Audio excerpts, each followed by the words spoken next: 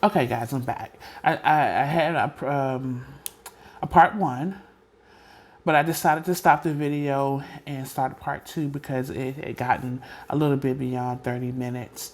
And, a lot of times people can't watch the whole video all at once. You might need to be watching in increments, or you may be at work or something. You can only catch 15 minutes. So I didn't want to make the video like 45 minutes to an hour long. This second video should not be as long as the first video. But I wanted to give you this information now because I know that as I get further along in my pregnancies, my videos are not as frequent. I'm gonna try. I wish I could record at least twice a week, but I'll be honest with you guys. It just really depends on how I feel. And like I said, if I do record, it's not always about CP updates. It's about other things too. So go check out some of my other videos that you see on my channel, and you'll understand what I am talking about. So my last video, the last thing we were talking about was some of the symptoms that you have when you have cryptic pregnancy. I think we were talking about how you still get your period when you have a cryptic pregnancy. You can go for months at a time without having a period, and then all of a sudden you'll get one. You can have spotting. You can have this liquidy type of substance. And I also noticed, because like I said, I'm 25. I'll be 25 months in November. And as you get further along, obviously your stomach gets bigger, the babies shift, they move, and things like that. But for me, my babies are really, really low, like really, really low. So I feel my babies all the way down in my abdomen. Actually, I feel them kicking at the top of my vagina line, meaning, right at the top of your vagina, like where they would actually do a C-section.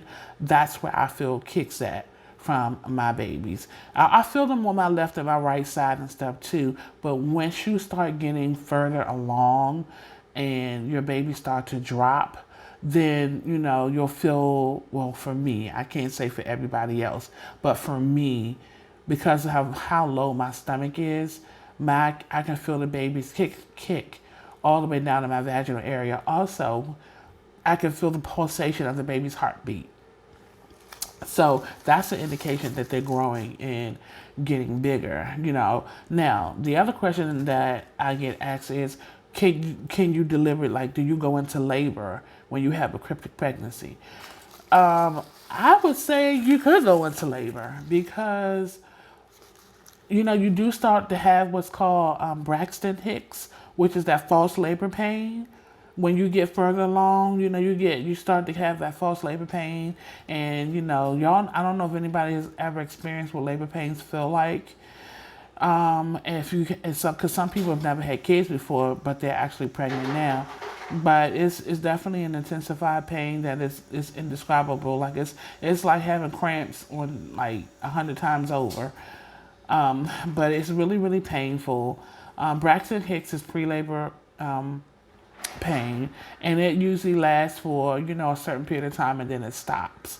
But they can become more frequent, so that's an indication to me that you could go into labor. Now one thing that I have not gotten a lot of information on is women who have actually delivered after having a cryptic pregnancy, and we really want more information from women. If you all wouldn't mind telling your story to us CP moms who really want to know what that experience is like. Like, what was your experience when you had your baby? If as a CP mom, and I've not heard any stories about it. I've heard women have had their babies, but it's like once they have their babies, it's like you don't hear from them anymore. And I can't get mad at that, because if that's a private time for them, or because you got to decompress from all of that, going through a cryptic pregnancy, being pregnant 2, 3, 4 years, and you finally have your baby. Some women may not have the mental capacity or the energy to talk about it. They may just want to enjoy their baby, that just bask in that, and not really even want to revisit talking about cryptic pregnancy ever again. That may be some people's mindset, and you really can't get upset about it, because to each his own. Like, I'm going to tell my story. and I'm going to vlog it. I'm going to videotape it. If I go into labor and somebody is with me that has a phone, I'm going to tell them to record it. But everybody else may not feel that way. So, you just got to respect a person's choice, But I really, really do hope that we can get a story from a CP mom who has delivered. Because I would like to know what that experience is like. Did they have to have a C-section? Now, I was told that if I ever got pregnant when I was doing the fertility, that I would have to have a C-section. But, y'all already know how these doctors always say these things, and things can end up being totally different. So my thing is, I'm just trusting God. I believe that if I can push my babies are ready to come, then then they'll come. If if for some reason they can't come out and a C-section has to be scheduled, then it'll be a C-section. But I do believe personally that there is a possibility that you can deliver your babies vaginally and have a normal birth. Now, I don't know about the water breaking and all of that, but if you're having labor pains, then I'm sure your water can break. I mean, it's kind of all, it works hand in hand. So that's just my 2 cents, guys, and what my opinion is and what I think. Like I said, I'm not a professional. I don't know. But, anything is possible with God. And I'm a woman of faith, of belief, a woman of God. I trust God. I know He's with me. Now, this is something I know that somebody would probably never believe. And I have the picture to prove it, but I'm going to not necessarily save it, but I'm going to put it in my book. If when I get to a place where I'm ready to start writing my story and writing my book, when I first saw my babies on the sonogram, and I really started it was just incredible, the image that I saw on my sonogram. What I saw on my sonogram was an image of a man cuddling or coddling my babies inside my womb. It was an image of a man, and the man had a hat on, and it was a silhouette of a man. An image of a man holding my babies inside of my womb. And that's the first thing one of the first images that I saw on, I think it may have been the first or second sonogram that I had, because I'm kind of losing track because I've had quite a few. But I ran across the picture when I was going through my phone last night, and it was just amazing. And I said, if I told somebody this, they would never believe me. And then you know how some things that only your eyes can see and maybe somebody else just can't see, you can try to point it out. You can say, see this and see that, and this is the hat, and this is the front, and this is the back. And they're like, I don't see it. And so that's why I kind of never really made a big deal about it, because I believe that was something that God was showing me. God was showing me how involved He is in this pregnancy. And another experience I've had was, and I still have this experience to this day, and my first, I've had this experience all my life, but when I have those seasons where I have them more often, it's so vivid. When I was first explaining to my primary physician that I thought I was pregnant, this is before I started going to a gynecologist. This is when my stomach was growing. I felt my babies moving. I had to buy all new clothes. And this is my primary doctor I went to see. And she believed me. She's always been in my corner rooting for me. And when I came into her office, she used to measure my stomach. And every time she measured my stomach would just get bigger and bigger and bigger. So one day we were just having a conversation. And as I was talking to her, I was sitting on the bed. You know how they have those beds that you're sitting on, like when you want to lay back to get your exam or whatever like that. And we were just having a conversation, and my phone rang. I turned around to look at my phone, and I turned around to look at my phone to stop the call. And when I was getting ready to turn back around to finish my conversation with her, you guys, a lot of you now, I saw this cluster of orbs. They were really, really, really bright, like this really pretty blue color. Like the blue was like translucent. Like this was the prettiest blue I mean, they were like little, they were like this big. And they were like little blue lights, and they were all in a cluster, and they just floated past me as I was turning around to talk back to the doctor. this cluster just came past me. And you know how, and it happened, God is so timely, because the doctor and my husband, they didn't even know that I had saw that, because in their eyes, what they saw was me stopping the car and turning back around. But what I saw was actual the vision of the orbs going past me, and that was God's indication to tell me that He was with me, and those were what I believe were His angels surrounding me and covering me, because I didn't know what was going on at the time. And when I saw them, I was just like I couldn't believe, and I'd seen this before. Like, I see orbs all the time, but that's another story for another time. But I just wanted to share that experience because it was so amazing, and I would never forget it. And that image of a man on my sonogram, just coddling my babies, it's incredible. I'm telling you. I can't, but it's great. It's incredible. And even to this day, I can be sitting at my desk or sitting at home or in my car, and just out the blue, I just see orbs just, all around me, just circling all around me, just encamped all around me. It's amazing. But yeah, because that's the kind of relationship and covenant that I asked to have with God. Like, I prayed certain things and asked God certain things and told God that I wanted to have certain experiences with Him, and He has done just that. But anyway, just not to get off on a tangent about that. But I just thought that was a wonderful experience to share. Let's see what else.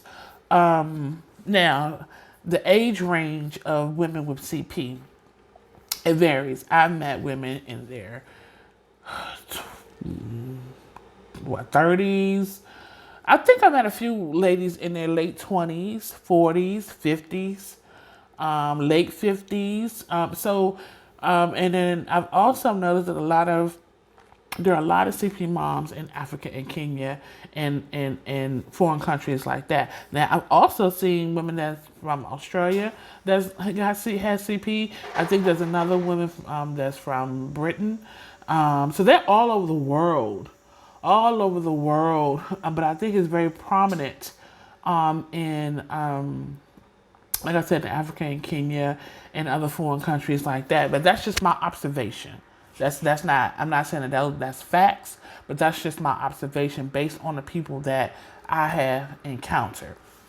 So I just wanted to answer those questions and kind of give you a little bit of backdrop about that and kind of recap these things, because every time I meet a new CP mom, these are the questions that they ask me. So I kind of want to give updates on these kinds of things every so often when I do videos, so they don't have to fish through videos that I did 6 months ago or 4 months ago or whatever like that. So, but lastly, what I wanted to say is I wanted to give some tips and a little bit of encouragement and wisdom, if I could, about how we are dealing, people are dealing with this kind of pregnancy. Now, I've chosen to go public. I've chosen to, that's how I release. That's how I am able to talking about this, doing videos helps me deal with this type of pregnancy. It helps me to release, and it helps me to meet some wonderful and amazing people. And it also helps me to have the opportunity to introduce people to Jesus Christ. So there are a lot of women who are suffering, and in terms of people not believing them about their pregnancy, who have been shunned, and this is a hard thing to believe. I can understand people who are saying, you're crazy. How can you still be pregnant 2 years from now, or 2 years now, or 4 years now? And women who try to tell their significant other that they are the father of these babies.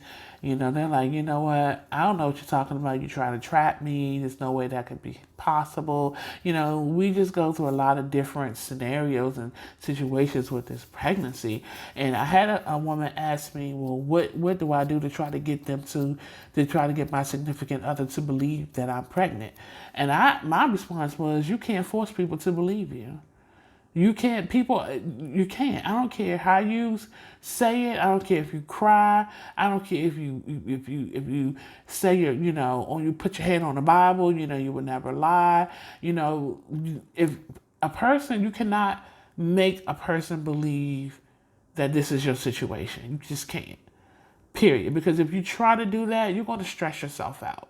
The only thing that I always tell people to do is pray about it. And I know that may sound so cliche. I know a lot of people like, okay, here she goes. She always talking about prayer.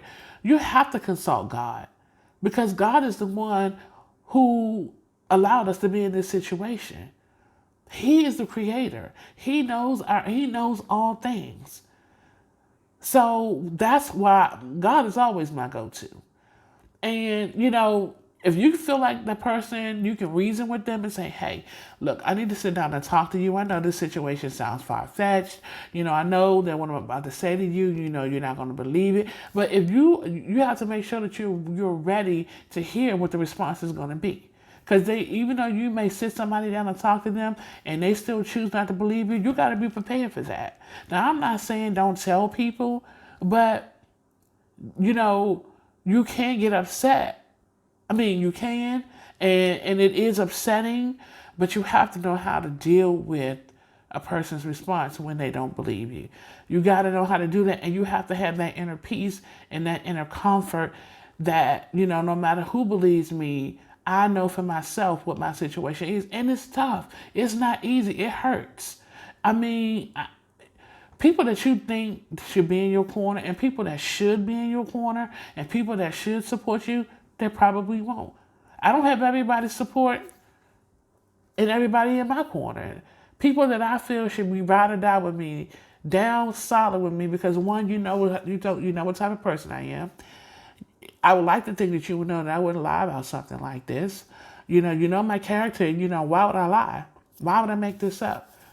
For what? What purpose would it serve for me to do that? So you're thinking all these things in your head, and that can make you angry too, because you're like, I've been on this person 20, 30, 40 years, or my husband, or my mom, or my sister, and they don't believe me. That's hurtful. That can hurt. I understand. But you cannot make somebody believe you. So you know what? You take it to God. Lord, this is the situation. I'm hurt. I don't have any support. I feel like I'm alone. I feel like I'm by myself. Even though you're not by yourself, that doesn't mean that you don't feel like you're by yourself. So my suggestion is that you build your relationship with God. Ask God to continue to take you through this situation according to his will and his wisdom, and ask God to strengthen you and comfort you through this process. Because you're going to be your own advocate. You're going to have to be your own best friend, and you're going to have to be your own support during this process. And you got to be strong enough to believe in yourself. You got to be strong enough to say, I got to do this for me, and I got to do this for my babies. I don't care what nobody say. Now, it is helpful to have family support. It is great to have your friends and your families and your coworkers and whoever is in your life to support you. Support is very, very, very important.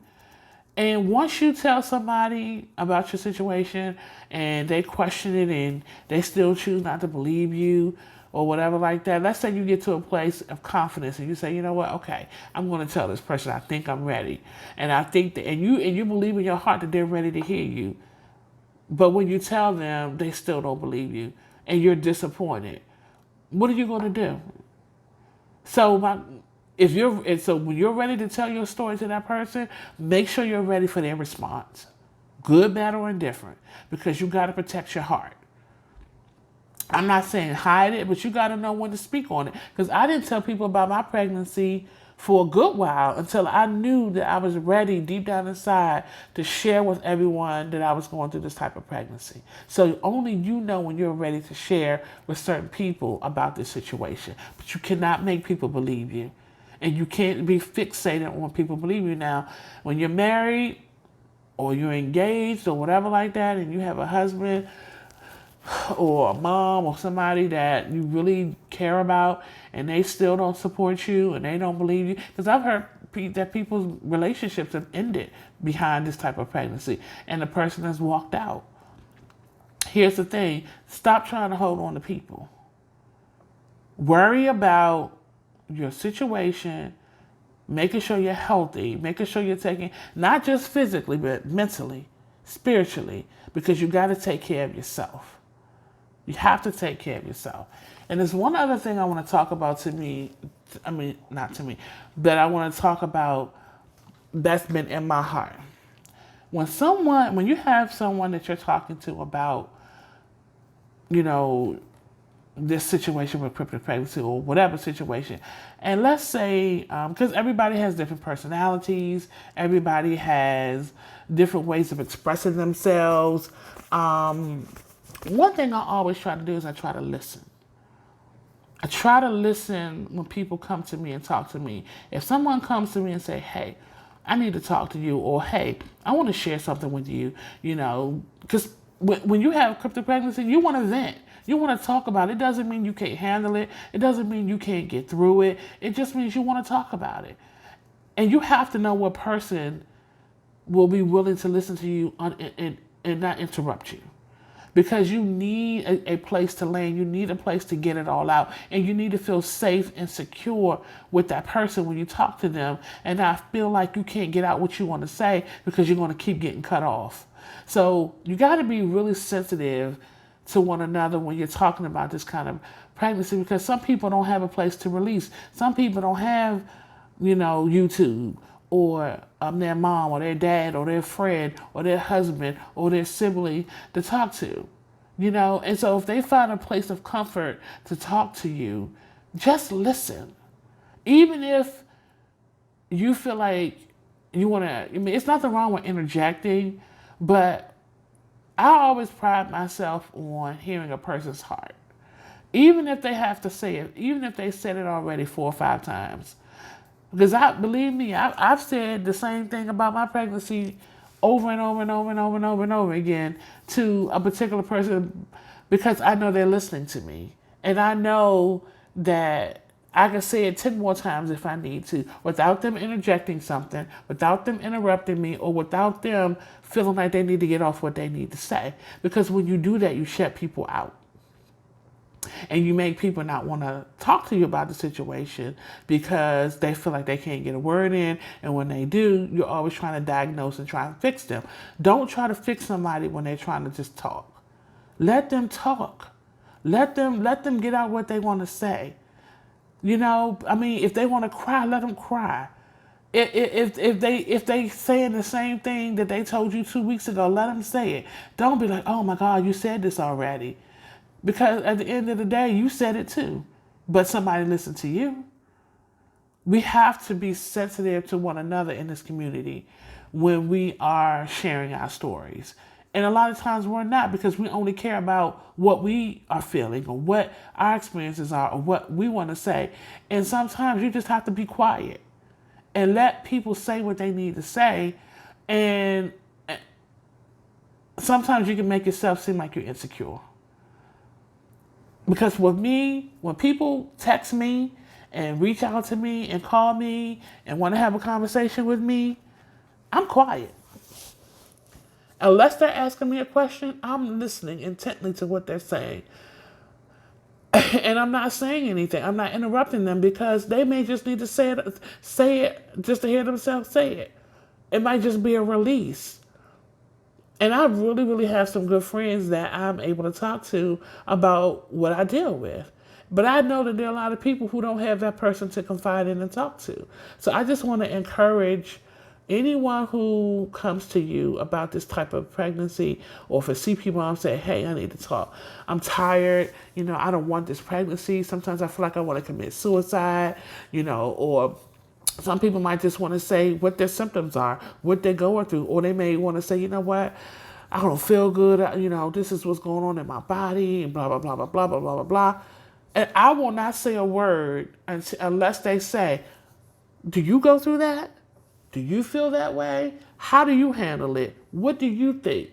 Because if somebody is calling me and saying, hey, I wanted to talk to you, how is it that I end up doing all of the talking and they're listening? when I call them to talk to them. You got to be mindful of that. And I'm not throwing off because I talk to a lot of people and everybody's personality is different. Now, anybody who knows me, if I have a personal problem with communication, I will tell you. So please don't get in your feelings and get in your mind, oh, she's talking about me. No, what I'm doing is I'm speaking for those who don't have the, I guess, courage to say, hey, I just want you to listen. I just need you to listen. That's it. I don't need you to tell me nothing. I don't need you to share nothing. Just listen. And that's why a lot of times, people say, I just wanted to talk to you, you seem easy to talk to, you give a lot of information, blah, blah, blah, blah, blah. Because when people inbox me or when they say, can I call you or whatever like that, I'll stay on the phone as long as I have to. Or if I'm in a position where I'm able to text or correspond, on my phone or whatever like that, I'll do it. And I'll let them express, because I've had people, now, I'm not going to say the girl's name, the young lady's name. She's a wonderful, wonderful young lady. I really, really like her. And she and I talk from time to time. I'm not going to say her name. But she asked me, she said, can I send you a video through your YouTube channel just to tell you my story? She said, now it's going to be very long, but I just want to tell you my story. I want to tell you everything. And I was like, sure, you can definitely send me a video. When she sent me the video, I lied to you now, that video was an hour long. An hour long. And that's not even including the hand text that we exchanged back and forth. And guess what? I loved every second of her video. I was intrigued by her story. I was intrigued by her connection, her relationship, with God and just how things have transpired. You never know a person's story until you listen. And I was just honored that she trusts me enough to share that with me. And I'm not judging her. I don't have any conceived notions or any negative thoughts about her. I may not reach out to her initially and say, hey, good morning, how you doing this? Because I get a lot of conversation and a lot of activity on my phone, so I can't do that with every person. But if she reaches out to me, I reach back. And not just her, with anybody. So I'm not saying that to throw off. I'm saying you got to be courteous when you're having a conversation with people, especially if we're going to have these meet and greets. Because everybody want to tell their story. Everybody want to talk about their experiences. But you have to be courteous in your conversation. I'm going to be doing a teaching. I shared this with a good friend of mine. And I'm going to be introducing you all to her at some point. She has a YouTube channel too. Very, very great. Very good. Very inspirational. But I had a teaching that I've been working on for years and I never finished it. And I just pulled up my notes today. And because I'm going to study it and I'm going to finish looking at it. But the teaching is going to be called The Art of Listening. It's going to be called The Art of Listening. Because you will begin to see how important it is to hear, not just hear, but to listen. And then you're going to also see how courteous God is to us when we come to him and we talk to him. We talk to God 50 times a day about the same thing, and God does not interrupt. He listens. So we gotta treat each other like that. So I'm gonna work on it. I can't say when it's gonna come out or anything like that, but I pray that I don't procrastinate. I pray that I really jump on it while it's fresh and while it's really in my spirit. But it's called The Art of Listening, because we gotta make sure that we are courteous to one another in these communities, and that's why in this CP community, and that's why we have so much trouble in these chat groups and stuff like that, because everybody's so opinionated and nobody wants to respond respectfully, and then when everybody's in a mood or whatever like that, they get to cussing and just all kind of crazy stuff. I can't deal with it. And I refuse to. This right here, this space right here where I'm at with my YouTube channel, this is my space. If I choose to comment on another person's I guess, statement or comment or whatever like that. It's to say congratulations or, whatever like that. But I'm not getting into all that crazy stuff. And then everybody's trying to prove that they're pregnant and that their doctor said this and the doctor said that and this, that. It just gets so messy. So that's a whole nother story for another time. And I'm not throwing off. I'm not saying that my way is the right way. My way is the only way. My channel is the best channel, and this, that, and the third. I'm not saying any of that. I'm just saying I just want peace, and I want things. I want the best for everybody. I want God to reach everybody where they need to be reached, and I just pray that everyone can get what they need, and so let's just really be careful with, because some people aren't ready for all of that. Sometimes people just want your ear. They just need you to hear, and they're not saying that you can't talk back or you can't say anything, but sometimes after I listen to people, when I listened to the girl who sent me I'm sorry to say girl, the beautiful young lady, I need to work on my grammar, y'all. I'm so sorry. I'm getting better with that too. But when I talked to this beautiful young lady, I must call her a beautiful young butterfly, and that's a word that she would understand. She just said, I appreciate you listening. Because maybe nobody listened to her before and took her serious. Maybe nobody appreciated her journey or her story. And when she shared it with me, I thanked her for it. I shared, based on what she shared with me, I gave her some words of encouragement. And, my job from this point on is to pray, and I'm not saying that you can't share your experiences with one another. All I'm saying is just be courteous in how you interact with one another when you are having a conversation, because you're going to turn people away and people are not going to want to talk to you. So I hope that you all hear my heart. I hope that nobody, is feeling some type of way, because you are not the only people that I talk to. I talk to different people all the time.